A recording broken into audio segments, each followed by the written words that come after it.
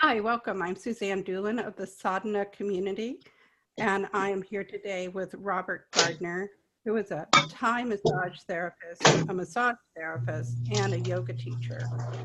Welcome, Robert. There's some noise going on, so is that you? Let me put you on mute for a It's not. second. Okay, no, it wasn't you. Let me mute this person. Hi. So the person who's coming in by phone, I just muted you just so you know that we were hearing some noise. So anyway, Robert Gardner is here. Thank you. Welcome again. Always Um, good to chat. yes, I love having you here. Robert Gardner's website is robertgardnerwellness.com, and he has a free download of a introduction to Thai massage therapy. It's really lovely. And if once you download that, you will be on his mailing list. If you want to stay in touch with him, that's the best way. And you have all your social media handles on your website, right? So you can find Yeah, it. they can they can just put in Robert Gardner Thai massage in Google, and you can find me. I very regularly post to YouTube, Instagram, Snapchat, and Twitter. So any of those platforms that you use, just make contact. Yeah, whichever one you like, he's on them all. We're here today talking about these allegations that have been coming out in many different areas with women coming out against men in power who are molesting them and raping them. And the hashtag that's been going around is Me Too. These conversations have been going around in the yoga community for a long time. There are some very prominent cases that have come out recently. One of the most well-known cases is a case against Bikram Chowdhury, who is the founder of Hot Yoga, and any studio that is an official hot yoga studio. Bikram Hot Yoga Studio is affiliated with him, or was, because there was a lawsuit against him, a civil lawsuit that he lost. And now his company is now owned by his assistant, the woman who was his assistant, and one of the people that accused him of raping her. We are talking not just about Bikram Chowdhury or any specific case, or many of these in the yoga community, but we're talking about how do we keep people safe, and how do we keep people, how do we touch people in a way that has an awareness of the sexual dynamics, gender dynamics, and at the same time, how do we just not take loving touch away from people? So, Robert, thanks for joining me on this sensitive topic. I expect hate mail. Yeah. It is a tough subject, and it's something that comes up in a slightly different way in the massage industry, which is my main tap into these discussions. When I first saw the hashtag Me Too on Facebook and realized what it was, I just was crestfallen and was like, oh no, here it goes. This is not going to be pretty. And slowly, half the women on my Facebook feed were hashtagging Me Too, and it's like telling brief stories. And it does not make me feel good as a man in our society to be in a situation where women are feeling predated upon to that degree. Because you think, oh, it's somebody else. But when everybody starts posting it, one of the things I think that's happened in the age of social media is there's more communication, there's more technology, there's more access to information. This was always going on. Yep. It's not new. It's just that people know about it and they're actually talking about it, which I think is an important part of that healing process. And I'm very proud to say I listened to a story that was on the NPR. I just kind of caught the tail end of a story that was about this, but they were saying that one of the big drivers of this is that younger women have much less tolerance for abuse because their mothers, the people my age, have been talking to them about our experiences and making sure that they knew that they were not responsible for men who hurt them. Because what's happened is that for so long, women have covered up out of shame, because many of these situations are complicated. And that's the problem that happens with women. Like when Anita Hill so many years ago went to Congress and they said, well, why did you follow this man around? Why did you, stay employed with him? And why did you have, call him up and ask for favors and all of those things? Like if you were hurt by him, why didn't you cut all your ties? And like in the Bikram Chowdhury case, it's also the same thing where women were involved for many, many, many years with him in these complicated relationships. And it wasn't just, oh, he touched them inappropriately and then they slapped his hand and left. They were these long relationships, and to come to say, he was the one who was in the wrong. I shouldn't have stayed in that relationship with him. That takes a lot of guts. And a lot of the younger women have learned that it's not their fault when somebody preys on them. It's hard to stand up when you feel you've been made to feel complicit in your own abuse. Mm-hmm. So what we can do, when we talk about with yoga, one of the things that I'm hearing from yoga teachers is they're saying that they just won't touch students at all. Yeah. I feel like that's a step in the wrong direction, but I see many people who say this is the only way that I can know that I'm keeping everyone safe in my classroom. When somebody comes to massage, they're specifically giving permission to be touched by going in for a massage. And when somebody comes to a yoga class, they may not know that that's going to happen. Yeah. And so I think that that's part of the issue with a yoga teacher is, has somebody even really fully consented to being touched? It's a complex issue, and for the yoga community, I'm not exactly certain how to address that. Much like you, I'm hearing kind of mixed feedback about, can yoga teachers touch, even from a sense of like liability, from an insurance level, like giving hands-on adjustments. I see debates about this sort of thing in the yoga community in a way that I find confusing. And then also we have to look at the fact that yoga coming from India came from a different culture. And then even a Iyengar, who I greatly admire, was, I was told repeatedly he would like slap students. Yeah, and we both share the teacher Eric Schiffman, and I have studied with him for many, many years. Yeah. And he is one of the people who was slapped by Iyengar, and he's talked about it many times. So, that's not just a rumor that I've heard. Like, Eric studied with him. He studied with him for a long time, and he has many, many times stated that he hit him and he hit other students. And it's not just a rumor. This is something I know firsthand from a firsthand source. Yeah. I've talked with people that I've known from India. They didn't blink an eye. And they said, teachers have in India just a great deal of respect, and that's, not unusual, or at least at that time was not unusual for a teacher to act. Well, I mean, I think also Iyengar might have been a bit more of a drill sergeant. You can expect certain things in military training that you wouldn't expect for somebody who's a civilian. There are parameters going on, and we're still fighting for what the heart and soul of yoga is in America. And that's a different cultural context. So some of those things at least have to be taken into consideration. But the culture as a whole has evolved and continues to evolve. And also, Iyengar himself was a victim. He was, he's talked, there are interviews of him on YouTube where he talks about the fact that Krishnamacharya, his teacher, was quite abusive to him, that he was a young teenager who was taken to study with Krishnamacharya at the Mysore. And he was like 13, 14 years old. His father had died. He kind of saw Krishnamacharya as a father figure. And he says that in order to learn certain sequences, Krishnamacharya wouldn't allow him to eat until he learned the sequences, which I think is terrible. I mean, it sounds like he was also treated very harshly. and at a very young age. And so in comparison to how he was treated, I think that it was progressive. Mm.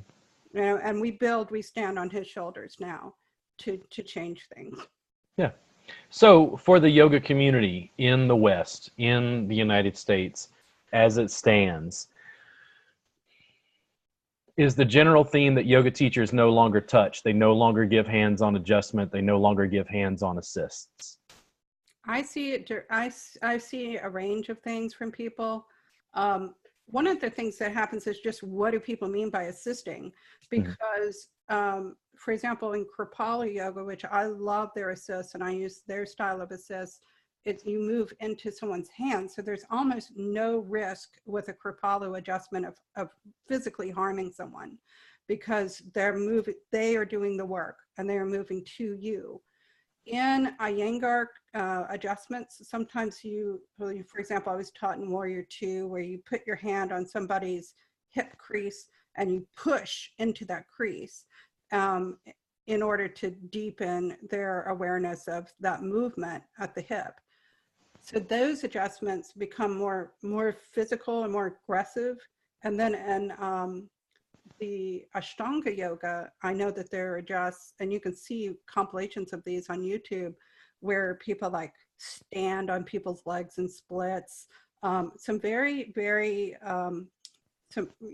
dangerous, really, assists that also can be super effective when taught by somebody who has a great deal of trust from the student, and they allow that movement to happen to them.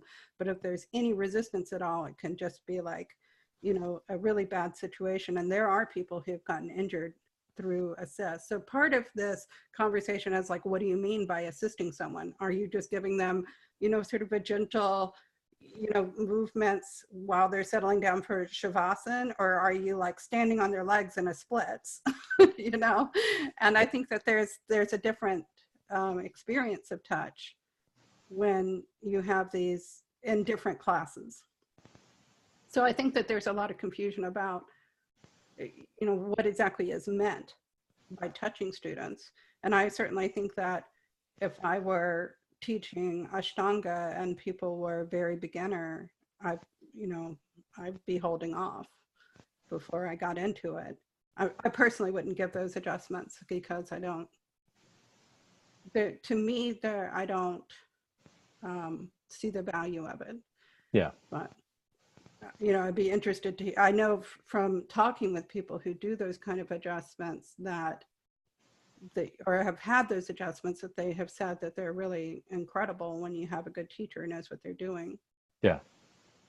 We also have a lot of newer teachers who just have less training. And yep. That's an issue that I've heard as well, that a lot of these people don't feel confident to touch.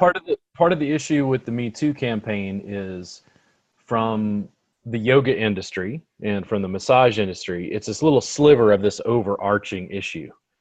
And part of the complexity of this conversation is we can discuss it from these little slivers, but then we've also got to address what's happening in the overall culture and changes there, because this is a much more difficult thing to deal with. Even talking about these two is really challenging because this is still a broad swath of humanity. When you talk about yoga or massage, it's a ton of different styles, modalities of yoga, massage, whatever going around, and how people are interacting with soft tissue or not. So, I use hands-on assists in my classes, but I think over time, one, I'm not particularly trained in Iyengar or Ashtanga, so I never think of them as being overly forceful. And then beyond that, it was more just to bring awareness to somebody's body. And it was like, you could take their arm and move it, or you could say, hey.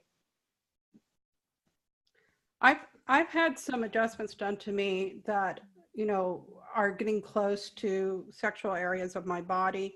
So, but they were done to me when I became more advanced. And they were done with a great deal of care, where somebody was saying, look, I'm going to give you this assist, and I'm going to, you're going to be in downward facing dog, and my hands are going to go all the way up your thighs, or I've had a really wonderful adjustment that was, I don't know if you call it an adjustment, it sort of just takes you deep in the pose, but where I was lying back in Sutta Virasana, and one of the aspects of the adjustment is for somebody above me to put hands on my wrists right below my boobs and on my ribs and compress a little. And it feels fantastic. But, you know, I basically end up with a guy staring right at my chest, you know, and, you know, pushing right below there. So it does take a lot of trust, and it means somebody who is making sure that I feel safe.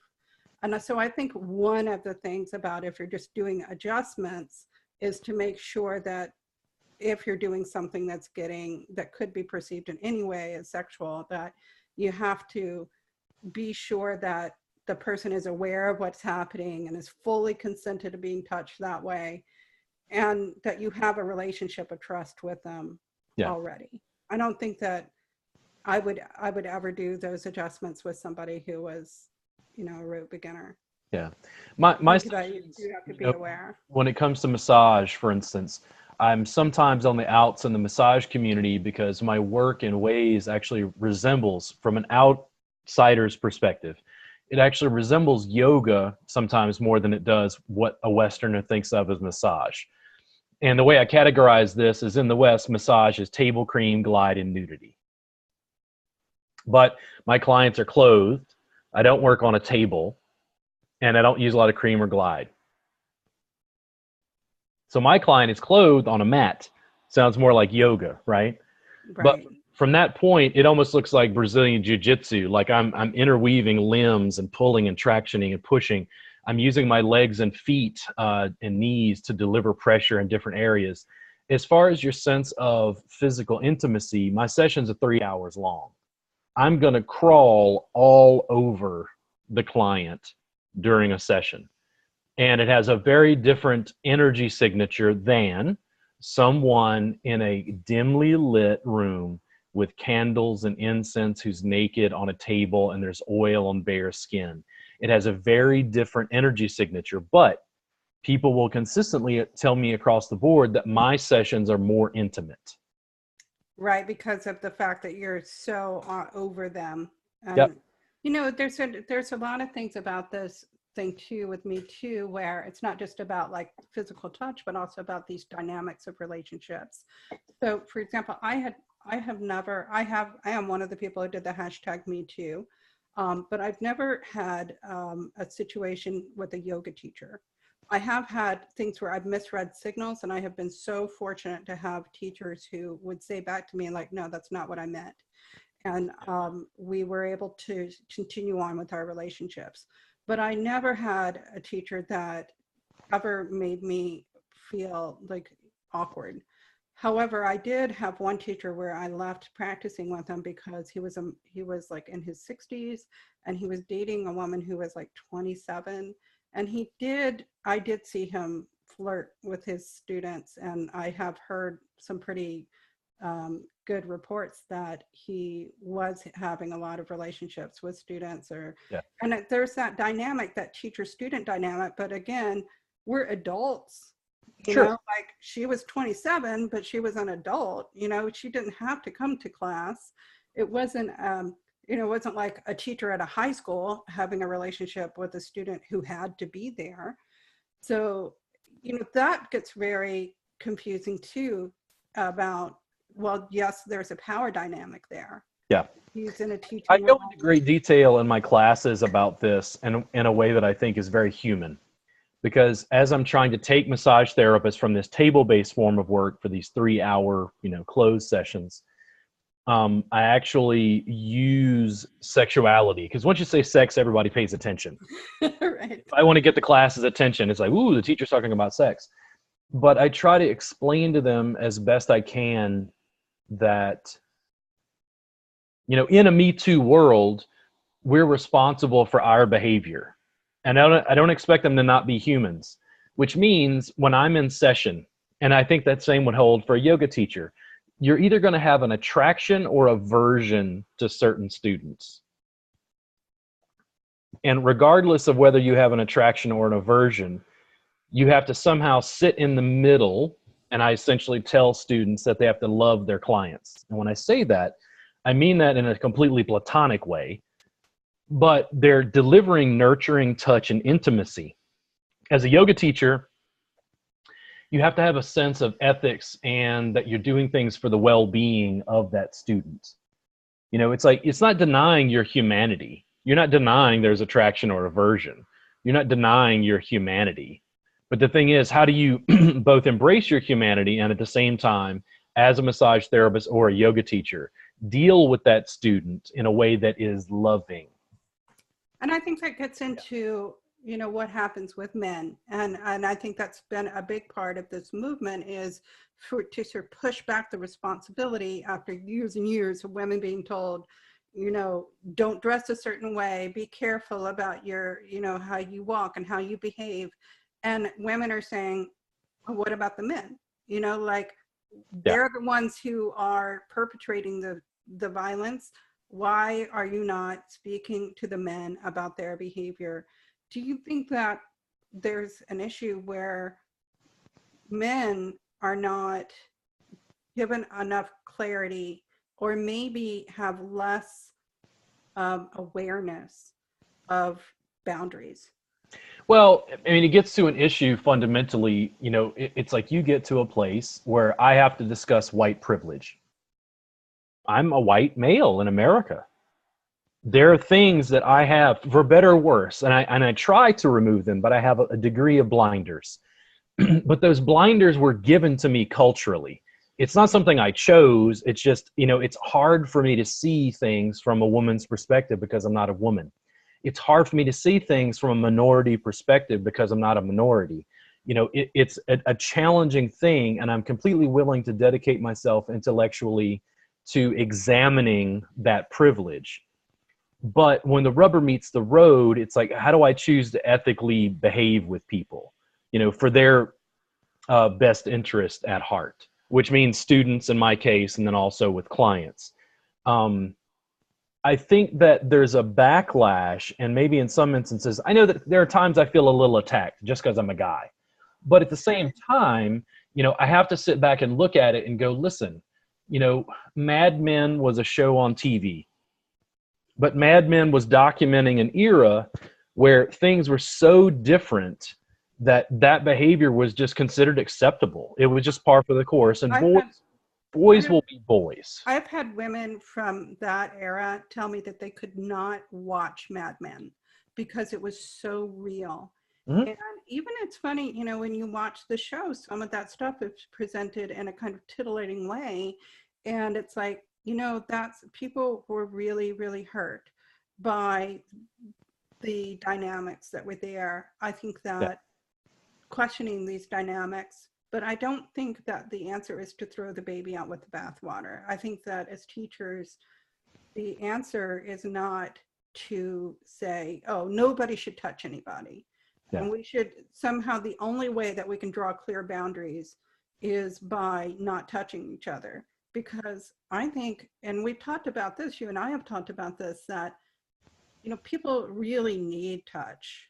And particularly a lot of men, you know, they're in a situation where socially they just, there's not that much touch that they get in their daily lives. Yeah, it's a complex issue. And again, you know, I try as much as possible to understand that there's a degree of blinder because I'm a white guy in America, and I'm never, you know, I'm never going to be in a situation where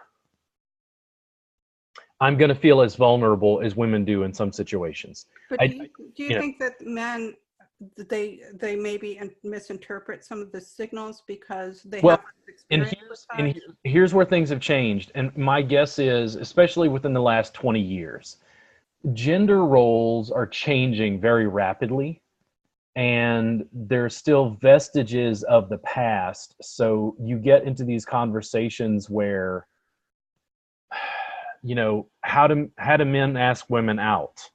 You know, this very simple interactions that were just taken for granted, where rules and norms are changing for what's considered appropriate behavior. And then we add things like this. When you add the internet and add things like smartphones, you're adding a layer of anonymity and a bit of distance, as opposed to directly, you know, in someone's physical space, in a room, talking in person. See what I mean? I think that the whole problem isn't the massage industry or the yoga industry. The problem is the overarching. And that's what's so delicate about the topic at hand, because I can't remove myself from the culture at large. Right.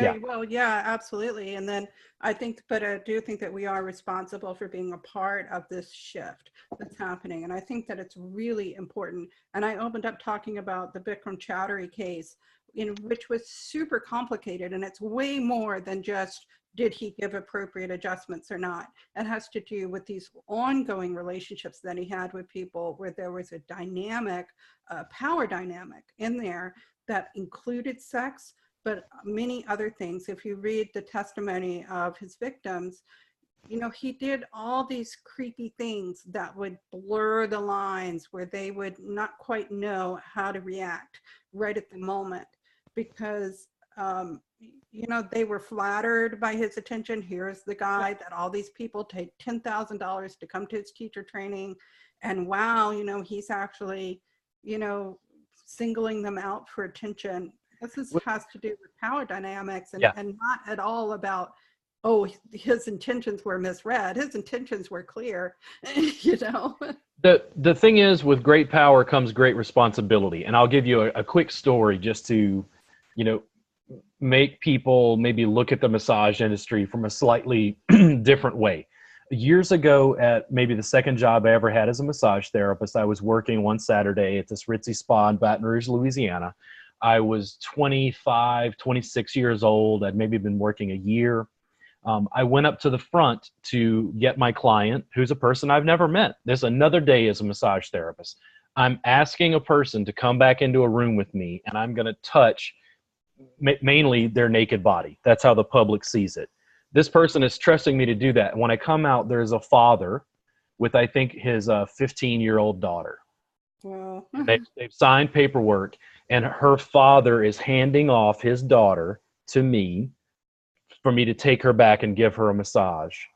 And internally, I had this response of like, ooh, man, because you didn't know. It was just, spur of the moment, right? And the whole thing was, in my head, what happened was, and this is long before Me Too, but I knew from massage school, from dealing with touch as a professional, I'm a young guy who's basically battling the front lines of intimacy, touch, sexuality, and these power dynamics. And my thought was, this young lady, okay, and I hope, she's doing well. But the thing is, I have no idea how boys treat her. I have no idea how men in her life are going to interact with her. And it became my sort of moment to go, listen, for this hour, you are going to be honored, and you are going to be able to be safe and secure. And I'm going to be able to touch you intimately to make you feel nice and show you that not all men are creepy. And the thing is, I take a degree of responsibility for that. And that's also why I talk about it in my classes, because I don't feel like they're discussing it in the massage industry the way it needs to be dealt with. And I've had, although I didn't have abuse in yoga, I have had a couple of different experiences with massage. One where somebody totally crossed the line. And because of that, I'm pretty careful about men now that I see. And I really hate that, because I always liked having male massage therapists. But now I do find like I'm pretty careful about it. It's not my first choice now to have a man. But on the other hand, I have had massage where it really was like this really interesting line where somebody could keep me safe, and yet there could be a sexuality to it, which I really needed to explore. And there's something very wonderful about somebody who is allowing me to passively experience what is it like to be touched in a way that's sort of sexual and yet totally safe, which is different from somebody crossing that line. But I think with yoga, people don't really, caress each other in yoga. Like, I don't think there's as much of that blur. My first thought was like, they're not doing the adjustments right. Slow down. I think, there's this thing when we're dealing with the overarching culture, and I talk to students about this. We come from a puritanical background.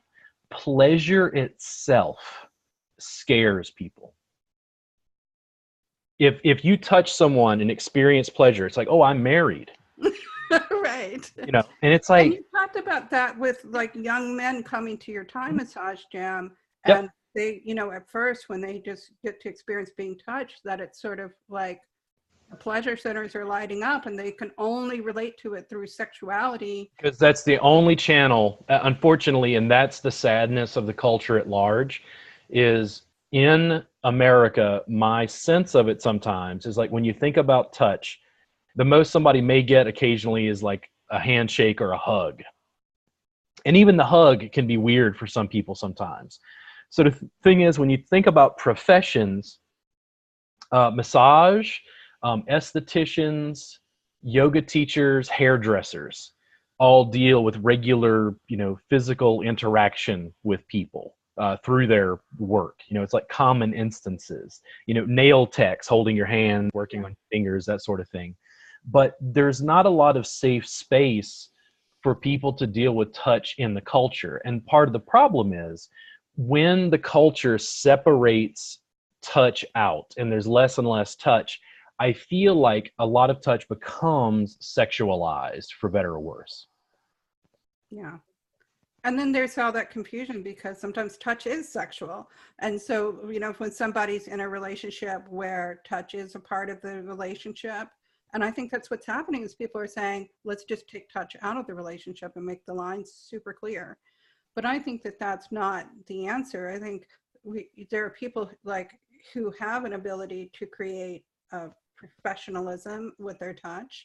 And I think that it comes more into, these power dynamic issues. When I've been talking with people about Me Too, what I see coming out is they're predators.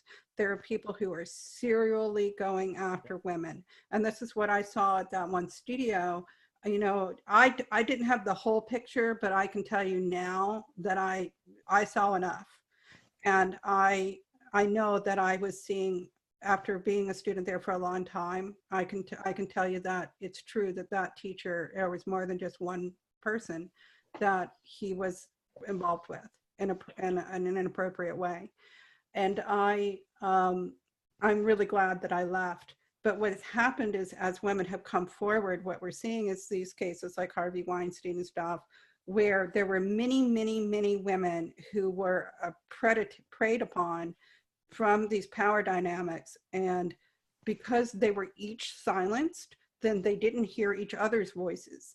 And I think that part of it is we really need a way for people to hear each other's voices and to end the silence, because it's not, the real issue isn't most of the guys who are just nice people. Maybe there is a misunderstanding and we can work it out and there's some confusion about it. But then there's the true actual predators, people that we all need to hear each other's voices. And so many people have been silenced by shame. And then we're not protecting the next woman who walks in the door. So I think that one of the big frustrations in yoga is the fact that we have this very weak organization, the Yoga Alliance, that has really no power over us as teachers, and which is very, very lax in enforcing ethics. And so there isn't an outlet for people to speak to. To say, like, who is hearing all the complaints? Who is the central voice? Now on the internet, people can share, but even it's weird because, like, I'll give you another guy. The whole thing with Bikram Chowdhury was no shock to anybody who'd been in yoga for a long time. The rumors have been around forever. So, what happens is that young people, newer people go in, they haven't heard the rumors. And then we're not protecting them. And this has been my thing for a long time, is that Satya, this truth telling, I've heard a lot of people say, well, I can't talk about it because of ahimsa, non-harming. Who are you not harming? You don't want to spread rumors, but what about Satya? What about truth? If you've seen something and you honestly have seen somebody abusing someone else, maybe you don't have the whole picture, but you have enough. You need to speak it to, put your puzzle piece forward. Yeah.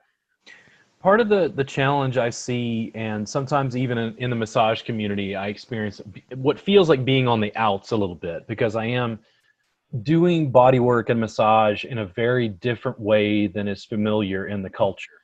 But the Thai Massage Jam butts up against intimacy and touch in the community. And in my experience, the Thai Massage Jam has more to do with touch and intimacy in America than it does with Thai massage. Thai massage is just a vehicle. But there was one time, there was a young lady named Ashlyn Zamora. And I Can you mentioned describe what specifically. Thai massage jam for people who might not be Oh, familiar okay. Thai Massage Jam is something that sort of fell into my lap here in Austin, Texas, and I tweaked it, molded it, packaged it, branded it, and then trademarked it. And essentially what it is it's a community bodywork event. So you don't have to be a massage therapist. You don't have to be a yoga teacher. You're just part of the public. And what happens is I show up, I bring all my mats, my friends come, we take turns working on each other. I teach a little bit, share a little bit. We all work on each other in a public space on mats, clothed publicly. So as people started to come into this event, you could see, just like you had mentioned from a previous conversation we had, guys in particular going, like you could see the confusion. They're like, wow, like I get to touch a girl. Like I don't know how to, I'm not a massage therapist. I don't have training. And then you could see their intimacy issues, coming to the fore. But over time, if they continue and return, they develop enough massage skill to work with people. And then there was this lovely young lady named Ashlyn Zamora. I think at the time she was 19. She's the model in my Table Tie video series. And Ashlyn, I actually pulled Ashlyn aside and said, Ashlyn, listen, are you having any problems with guys at the Thai Massage Jam? And she said, no. And I'm like, I need to know this because I need to run a space that's safe for women. I can't have predators basically. Coming in. Yeah. And the thing is she said, no, the thing about it is because it's public, there's no privacy. And because it's public, if I don't want to work with someone, I just say, I don't want to work with you. And the community as a whole enforces that. And if I worked with someone and I didn't want to work with them, I get up, I go to the bathroom, I come back, I work with somebody else. So I think there's something really important that you're saying there. And this has to do with these issues of consent. And I think it's also about making sure, like, for example, one of the things that yoga teachers will do is they'll put like a marker on where people can say yes or no, meaning I want to be touched now or not. And it gives them that ability to, throughout the class, decide at this point in the class, do I want to be touched, yes or no? And a lot of people have said this is a great solution. But then they also sort of say, but sometimes, people feel insecure about flipping it one way or the other. They're ashamed of how they might be perceived if they choose not to be touched, and other people are choosing to be touched. And that's an issue, and has to do with power dynamics too, where you can think that you're doing things right, but you really have to create what you've done, which is a space where it's okay for people to say no. Yeah. And I think that there's a lot of people who think, like, I'll give an example in a yoga class. It's not a touch, but an example of things that I've done in my class and I've thought a lot about. I took a class with a power yoga teacher where we were in down dog for like 5 minutes. And boy, I don't care how good you are at yoga. That's a long time to sustain a down dog. And the whole time she was lecturing us about not letting our ego be in it. Well, how can you not have your ego be in it? The whole time I'm thinking, I'm a yoga teacher. There is no freaking way I'm coming out of this thing. Nobody's going to see me come out. The thing is that she created a class where inherently there was competition. And to say you shouldn't feel competitive when you created, a situation that inherently had competition. Yeah. That's just, you have to actually create a class where people literally are safe to not compete by making the class non-competitive in so many ways. And you have to create a safe space where it's not just like, oh, you have permission to say no, but also people actually can say no, which is different. I think, some of it is not formally written down in Thai Massage Jam at this point. I think a lot of it comes from my own personality because I'm almost always at the jams. So there's just a culture that's sort of come along with me. But it gives people a chance to practice consent and practice asking and say, hey, would you like me to work on your shoulders? And the person can say, no, but you can work on my hips. Or how about I work on you instead? There's this exchange where people got to practice dealing with each other physically. But one of the fundamental shifts, I think, when the consumer thinks of massage, it's private. It's in a closed room where it's private. What we're doing is not private at all. There may be 20 people working on mats strewn around the room, and everybody's chattering and there's music playing. So there is no privacy. It creates a very different dynamic than what people think of as massage. And it created a platform for people to be able to deal with touch related to physical pain, related to intimacy. Yeah. Yeah, and it's safe because it's public, but also it sounds like another aspect of it is that you have more experienced people coming in who model the ability to say no. The thing is, and we'll see what happens to Thai Massage Jam over the years. There are a handful of licensed therapists who come out, and there's a subtle tone where like people will ask, do you have a license? And the people who aren't licensed kind of look up to the therapists who've gone through the work and trouble of getting a license, and they do this for a living. So it's not me teaching alone. It's these licensed therapists explaining, yeah, listen, you got this bone called the radius, and there's this muscle that attaches. So they're giving a little bit of free information, communication, and as a massage therapist, the other thing is I'm able to remove money from the exchange of touch. I only touch you if you pay me. The Thai Massage Jam is essentially free. We take in a little bit of money to pay for the rent on the space, and I just continue hosting and facilitating this event because it allows people to practice physical intimacy and touch. It allows them to get inexpensive massage, and it allows them an educational platform to be able to learn for nearly free. Right. It solved some of the problems that we were talking about. And I felt like in Ashlyn Zamora's case, she was like, this event is amazing. She's like, it allows me to actually get touch. It allows me to be physically intimate with people and feel safe simultaneously. And that's something I want to talk about, because one of the other things that's happening is that people are becoming aware that some people, now we're aware of how many women and many men have had negative experiences with touch. And so now we have to be aware of how does somebody experience touch if they've had unsafe touch. So, for example, I'll give you an example. I've heard from a lot of different students who have been raped, have told me that being in, some people call it reclined Baddha Konasana, where your knees are bent and splayed out, is a very uncomfortable position for them. But it's also this position that many women have told me is kind of this edge, this boundary that they need to explore.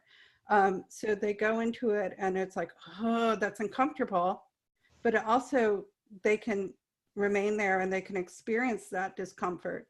And so that's part of one of the things that why I'm saying we shouldn't stop touching people, is that it's our job as yoga teachers to kind of push people past their edges, like to explore those edges of comfort, discomfort, and how can we go a little further. Yeah. And I think that if we stop touching, then we stop giving people this experience of safely exploring the edge. And the problem, but the other thing is now we're becoming aware maybe that edge is like way more basic for many people. Like if there are so many people who have experienced being molested and being raped, then now we have to look at our students and say, maybe this edge is not where we thought it was. We thought most everybody was safe. Now When I look at the overall culture, I've thought about this because I run Thai Massage Jam, and I think Thai Massage Jam as a community event is a piece of a solution, at least for me personally, and then for the people that choose to work with me running them. But then it was like I would think, okay, can we get massage therapists to like descend on the local nursing home and work on people in the nursing home? Yes, Because they don't get touch unless it's clinical touch because they have to change a catheter or whatever. I thought about that a Yeah. lot with my And dad. then it's like, oh man, like, well, guys in prison, like what kind of quality touch did they get growing up? And then it's like, okay, then you go into prisons with Thai massage mats and you teach the prisoners how to do Thai massage. And you basically tell them, I'll teach you for free, but you have to select a person a day and give away a session. It's just like doing yoga in prison. It makes the prisoners calm. It allows them to deal with physical touch, which they probably had none of to begin with. Yeah, or it's Then abuse. it's like on the prison end, you're like, well, in a sense, people think you're too late. And it's like, okay, now we have to go into schools and we have to take the kids while they're in kindergarten and you teach them therapeutic flight and acro yoga. You teach them yoga. You teach them anatomy and physiology. You teach them things like Thai massage, and you build a platform that allows them to deal with some degree of physical intimacy and, well, how do you touch people? And individual strength and ability to resist, like in addition to this, so that the men, men and women develop a center core so that they're not having to take from each other in order to get. Yeah. And I mean, and the thing is, again, that's a big overarching issue. We could discuss each of those forever, it seems like. I think that we should kind of wind up here because, I mean, well, yeah, we could literally have this conversation forever. But what I want to do is stop the recording, give our guests a chance to ask us some questions, and, just let people know we think that this is an important conversation. We're here to have these conversations. I don't, obviously, no easy solutions to them, but me personally, the solution is not don't touch. But I do think the very important thing is make this conversation be more present, because the big thing is to be aware that this is happening, and then, make people feel safe to have this conversation with you. If you have a relationship of trust with someone over time, you can have a screw up and you can get through it. When somebody's in a predatory relationship with people over time, I think that it's important to speak out and with truth against it. And, because other women and other people will end up being harmed if you don't speak up. And I've watched people, I've seen another yoga teacher who it wasn't through touch, but there was a yoga teacher who was really hurting students and taking a lot of money from students. And I saw person after person cover up for her, and I would speak out against her. I really think it's important to speak out what you know to be true, not to spread rumors, but you can speak your personal experience or what you personally verified to be true. And I think that's different from gossip. Transparency, authenticity, and ethics. Like I talk about those in my business regularly, and I think they're important in the two industries we discuss specifically. Yeah, very important. Yeah. Well, thank you so much for being willing to have this conversation with me. I'm going to end the recording. People, please look for Robert Gardner. Robert Gardner Wellness is his website, and mine is Sadhana Catalog, Catalog, the American way, Sadhana, SADHANA. The Sadhana Catalog has a free download that you can get. There's actually many different free downloads. Just go through the media section and you'll see them, and you'll be on the mailing list if you order any of them, or there's a pop-up there to get on the mailing list. And also I'm on Facebook. Just type in Sadhana Community and you'll find the Sadhana group, which I'm very active in. Thank you so much, Robert. I appreciate it. Oh, you're welcome. Thank you for